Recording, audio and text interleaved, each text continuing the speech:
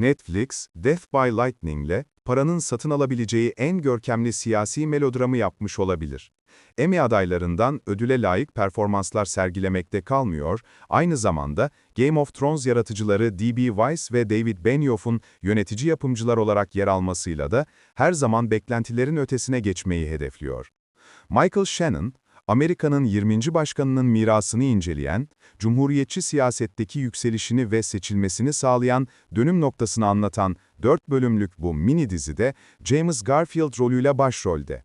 Ayrıca şaşırtıcı derecede güncel ve değişken bir Amerika'yı ele alıyor ve bu süreçte etkileyici bir drama yaratıyor. Emmy ödüllü Matthew Macfadyen, Garfield'ın hem en tutkulu destekçisi hem de nihayetinde sonunu getiren Charles Guiteau'lundaki Shannon'ın karşısında yer alıyor. Macfadyen, Guiteau'yu tehlikeli kılan kendini kandırmayla zenginleştirilmiş, sarsılmaz bir inanç performansı sergiliyor. Seyircileri Guiteau'nun kendi mirasını bıraktığı son buluşmalarına kadar bu adamların izlediği paralel yollar cezbedecek. Ancak bu Netflix orijinal yapımı, Oscar adayı ve Succession'da büyük başarı yakalayan bir ismin omuzlarında durmaktan çok daha fazlasını yapıyor.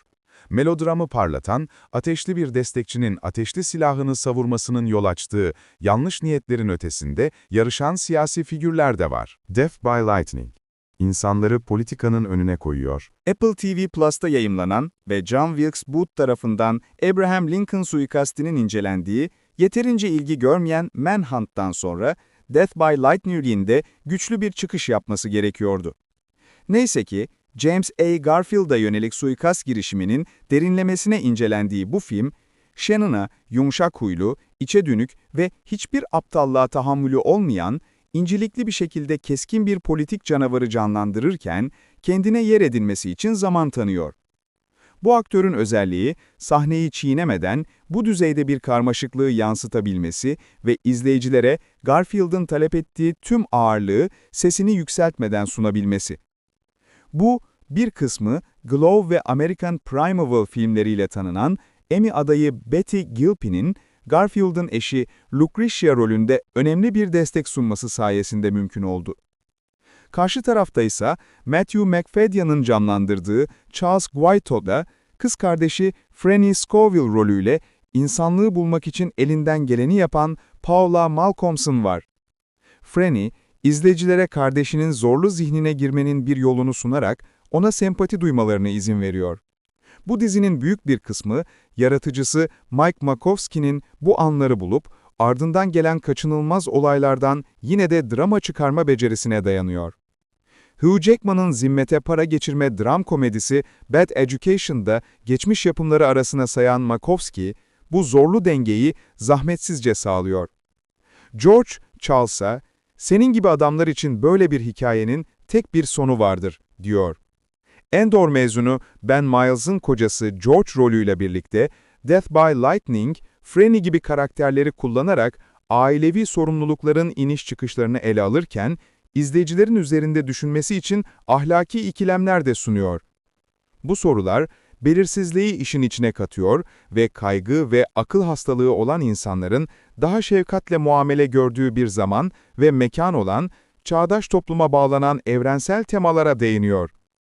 Bu dizi boyunca Death by Lightning'i erişilebilir kılan unsurlar bunlar. Macfadyen'ın yeteneğinin bir göstergesi de, en uç noktasında bile Charles Guiteau'nun izleyicilerin empati kurabileceği biri olmaya devam etmesi. Garfield'ın siyasi rakipleri söz konusu olduğunda bu hissi tekrarlamak zor.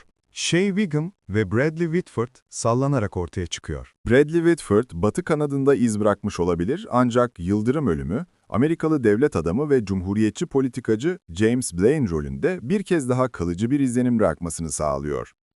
Ancak Whitford, Batı Kanadı kitabından veya diplomatlarla ilgili herhangi bir şeyden alıntı yapmak yerine sakin ve samimi bir performans sergiliyor. 1880 Cumhuriyetçi Partisi'ne kök salmış ve tehlikeli siyasi zeminde eğitim almış James Blaine, hayatta kalmayı başarmış bir karakter. Blaine, 1880'lerde hem avukat hem de cumhuriyetçi politikacı olarak pervasızca destek toplayan, acımasız bir New York güç simsarı olan Shea Whigham'ın canlandırdığı Roscoe Pucklink'in karşısında konumlanıyor. Garfield'ın sürekli olarak ikisini de gafil avlamasıyla aralarındaki rekabet bu trajik öykünün temelini oluşturan ateşi körüklüyor. Cumhuriyetçi siyasetinin kalbindeki bu devasa güç mücadelesi yavaş yavaş açığa çıkıyor ve izleyicilere meseleyi kendi başlarına çözmeleri için gereken zekayı sağlıyor. İki oyuncu da niyetlerini göstermek için vaudeville taktiklerine başvurmuyor ve rekabetçi doğalarının doğal bir şekilde ortaya çıkmasına izin veriyor. Lane Conkling'e, "Senin ve benim gibi hamam böcekleri olarak Roscoe, sürgünde ancak belli bir süre kalabiliriz." Wickham, sürekli olarak radarın altında kalsa da nadiren beklentileri karşılayabilen Mission Impossible Final Reckoning gibi seri finallerinde veya Perry Mason gibi karakter odaklı HBO yapımlarında aynı derecede başarılı ve her fırsatta sahne çalan aynı derecede karizmatik bir karakter oyuncusu. Roscoe Conkling'in kılığındaki bu zarif Svengali, rakiplerine karşı hemen hemen gizlemediği bir küçümseme ile siyasi entrika çarklarını döndürüyor.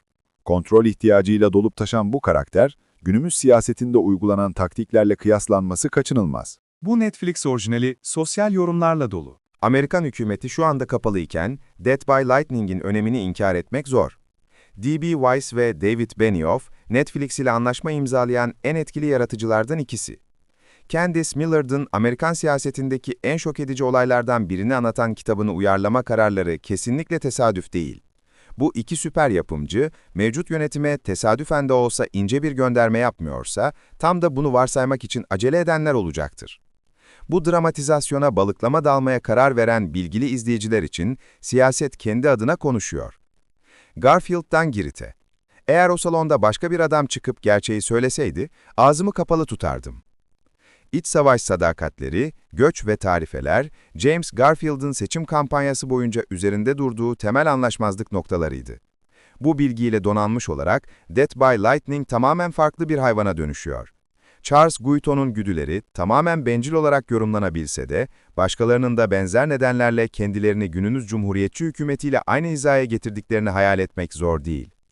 Biraz daha derinlemesine incelemek isteyen izleyiciler için, bu Netflix orijinalinin yüzeyinin altında gömülü gerçek bir dram var. Eleştirel görüşleri bölebilecek, ancak toplumsal yorumlara gelince hiçbir yumruktan çekinmeyen bir dram. Ancak tartışmalı alt metni bir an için bir kenara bırakırsak, Death by Lightning'in derinliklerinde Parks and Recreation'ı bilen herkesi şaşırtacak başka bir ifşaat gizli.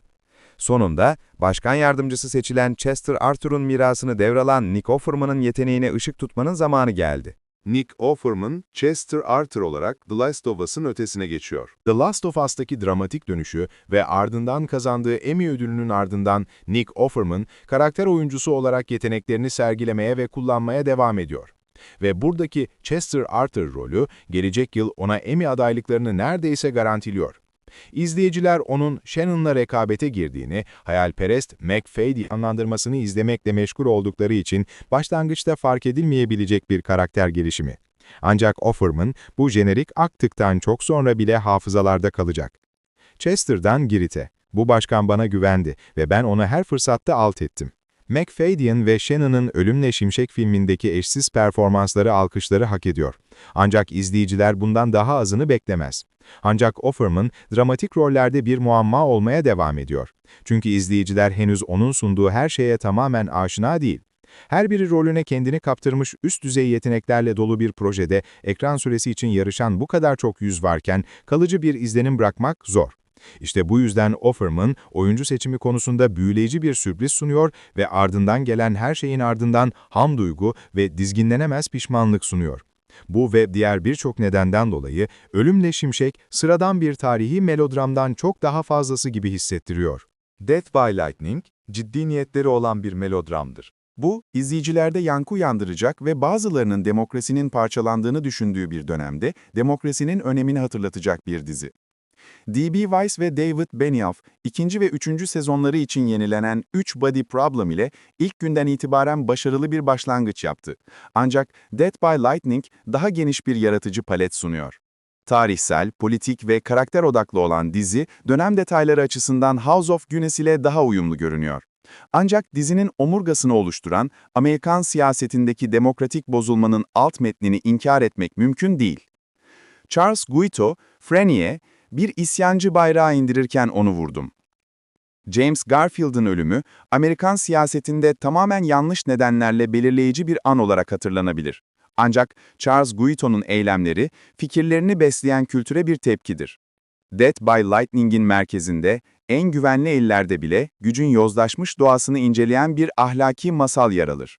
İzleyicilerin bu diziden almayı seçtikleri dersler, dizinin aklında ödüllerden daha fazlası olduğu gerçeğini asla gölgelemez. Death by Lightning artık Netflix'te yayınlanıyor.